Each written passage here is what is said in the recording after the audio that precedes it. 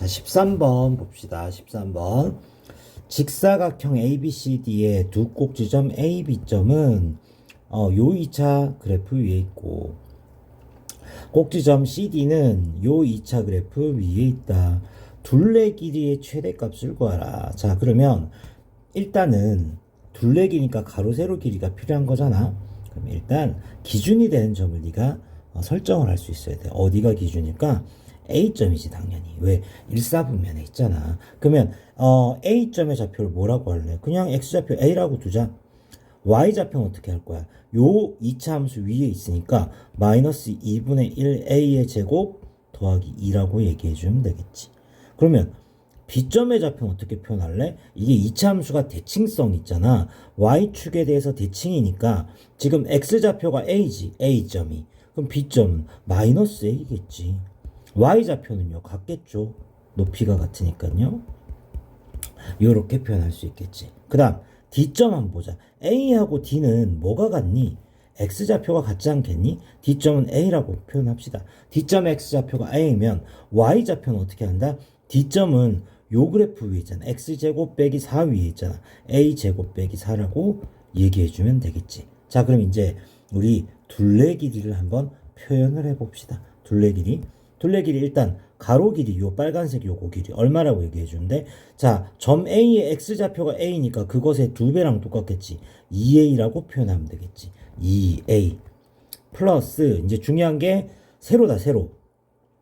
세로 요 길이 어떻게 표현할래? 요 길이는 Y좌표의 차와 같겠지. 왜? AD가 X좌표가 같으니까 이렇게 수직된 거리는 Y좌표 위에 거에서 아래 걸 빼주면 되잖아. 그지? 그러니까 마이너스 2분의 1 A의 제곱 플러스 2에서 Y좌표에서 점 A의 Y좌표에서 점 D의 Y좌표 A제곱 마이너스 4를 빼는 거야. 이렇게 빼주게 되면 자, 2차는 2차 길이지. 마이너스 2분의 3 A의 제곱 플러스 얼마? 6이라고 쓰면 되는 거겠지. 그래서 Y좌표는 그 세로 길이는 이렇게 볼 수 있어. 그러면 가로 2A였다. 세로는 6 마이너스 2분의 3A의 제곱인 거야. 가로, 세로 여기까지 됐지. 요거의 몇 배? 2배. 이게 바로 뭐가 된다? 둘레. 이렇게 되는 거라고. 됐지? 정리 좀 합시다. 정리를 하게 되면 Y는 이거 일단 2배로 들어가는 거니까 2차부터 내림차순을 쓰면 마이너스 3A 제곱. 그 다음에 이 2배 들어가면 플러스 4A 플러스 12 이렇게 쓸 수 있는 거겠지. 자, 요 놈의 뭘 구하면 돼? 최대값만 구하면 되는 거야. 여기까지 됐지? 자, 근데 범위를 한번 생각해 보게 되면 범위는 그냥 일사분면이기 때문에 양수면 되는 거지. 그지? 그래서 A가 그냥 양수인 파트에서 찾아주면 되는 거라고. 됐지? 그러면 이제 최대값 한번 구하러 가보자. 일단 A의 개수 A제곱에 마이너스 3으로 묶어주게 되면 A제곱에 자 1창이 얼마가 돼야 될까? 마이너스 3분의 4A가 있어야지 전개했을 때 4A랑 똑같아지겠지. 그 다음 완전 제곱이 되려면 1창 개수 절반의 제곱이잖아. 마이너스 3분의 4의 절반의 제곱은 얼마? 3분의 2의 제곱이니까 9분의 4라고 쓰면 되겠지. 빼기 또 9분의 4 하면 본전이겠지. 더하기 12 이렇게 쓰면 되지. 그럼 요만큼이 완전 제곱이잖아. 마이너스 3으로 묶으면 A 빼기 3분의 2의 완전 제곱인 거고, 얘가 밖으로 나가게 되면 플러스 3분의 4 플러스 12 이렇게 되는 거겠죠. 여기까지 됐죠? 자, 그러면 조금만 더 정리합시다. 마이너스 3에 A 빼기 3분의 2의 완전 제곱에 여기가 3분의 36이니까 합쳐주면 3분의 40이 됐겠네. 그럼 꼭지점이 3분의 2, 3분의 40이잖아. 그리고 얘가 뒤집어진 U자고 A가 양수인 파트만 보면 되는 거니까 누가 봐도 최대값은 꼭지점의 Y좌표네. 3분의 40이 답이 되겠다라고 볼 수 있겠지.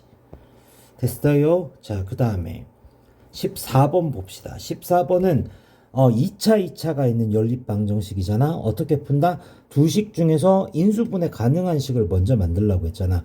인수분해는 주로 누가 가능해? 상수항이 없는 아이들. 그래서 요 식을 먼저 인수분해를 해주게 되면 2 곱하기 1에 마이너스 해주면 x, y 이렇게 만들어줄 수 있지. 그럼 2x 마이너스 y x 플러스 2y가 0인 거니까 얘가 0이거나 또는 얘가 0인 거를 밑에 식에다가 대입하면 되잖아. 1번 2x 빼기 y가 0이라고 생각하는 거야. 즉 y는 2x라 생각하고 두 번째 식에 대입을 하잔 말이야. 그러면 x제곱 더하기 2y제곱 대신에 2y제곱 대신에 2x의 제곱은 54. 일단 이렇게 쓸 수 있잖아. 그럼 요만큼이 얼마야? 이게 8. 이게 8, 9x제곱이 되겠다. 그지? 9x제곱이 54. 그 다음에 그럼 x제곱이 얼마야? 6이 되는 거네. 자, 그럼 x는 얼마일까? 플러스 마이너스 루트 6이겠지. 그래서 x가 루트 6이면 또는 x가 마이너스 루트 6일 수 있어. 그에 따라 y의 값은 그 2배잖아. 그러니까 어떻게? 2 루트 6 또는 y는 마이너스 2 루트 6. 이렇게 답이 한 쌍, 두 쌍이 나왔고 또 한 쌍이 더 나와야 되겠지. 두 쌍이 더 나와야 되겠지. 두 번째는 뭐다? 얘가 0이라고 생각하는 거라고. 2번 x 더하기 2y가 제로라고 생각하는 거야. 이번에는 x 대신에 마이너스 2y를 넣어보잔 말이야. 요걸 두 번째 식에 넣어보자고. 그럼 x제곱 더하기 2y제곱이라고 하지 말고 x제곱하면 4y제곱 더하기 2y제곱이 54가 되니까 6y제곱이 54지. y제곱은 얼마? 9가 됐네. y는 얼마? 3일 수도 있고 마이너스 3일 수도 있지. 그에 따라서 x의 값은 또 어떻게 된다? 마이너스 2y가 x잖아. 마이너스 2배 하는 거지. 마이너스 6,3인 거고. 다음에 마이너스 2배 하면 x는 6 이렇게 되는 거지. 그래서 또 이렇게 두 쌍을 써주면 된다라는 거야. 됐죠?